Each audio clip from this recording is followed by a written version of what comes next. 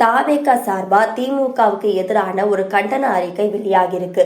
கடந்த 7ஆம் தேதி திமுக இளைஞர் அணி சார்பா வள்ளுவர் கோட்டத்துல அறிவு திருவிழா நடைபெற்றது. அந்த திருவிழாவில் முதலமைச்சர் மு.க.ஸ்டாலின், துணை முதலமைச்சர் உதயநிதி ஸ்டாலின் இவங்க எல்லாரும் தாவேகா தலைவர் விஜயை குறிப்பிட்டு மறைமுகமான விமர்சனங்களை முன் வச்சிருந்தாங்க. இந்த வரலாறு பற்றி எல்லாம் தெரியாத சிலர் நம்மை மிரட்டி பார்க்கிறாங்க.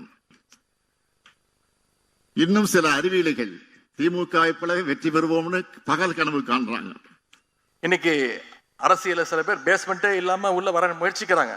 இந்த நிலையில 4 நாட்களுக்கு பிறகு தாவேகா சார்பா இதற்கு ஒரு கண்டன அறிக்கை வெளியாகிருக்கு. திமுக நடத்தினது அறிவு திருவிழாவா இல்ல அவதூறு திருவிழாவா அப்படின்ற கேள்வி எழுப்பியிருக்காங்க.